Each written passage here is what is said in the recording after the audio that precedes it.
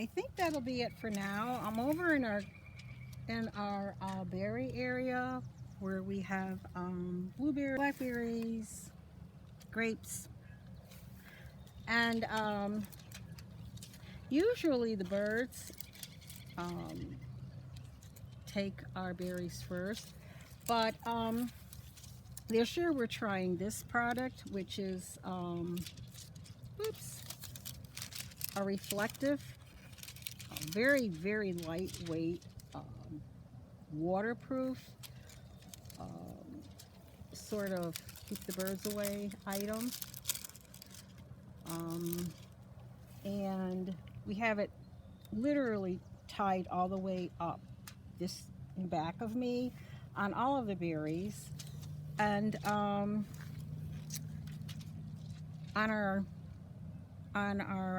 cherry tree also. So I need to finish this.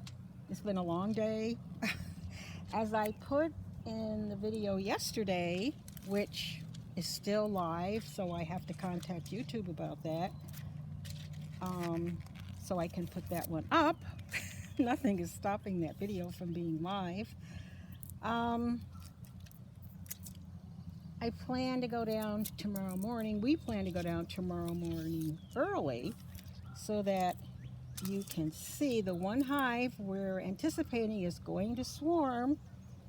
You know, the activity outside that hive is very strong.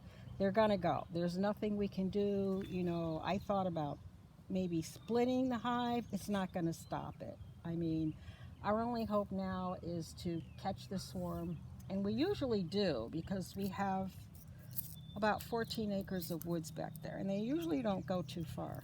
Where's the beginning of this? Here we go.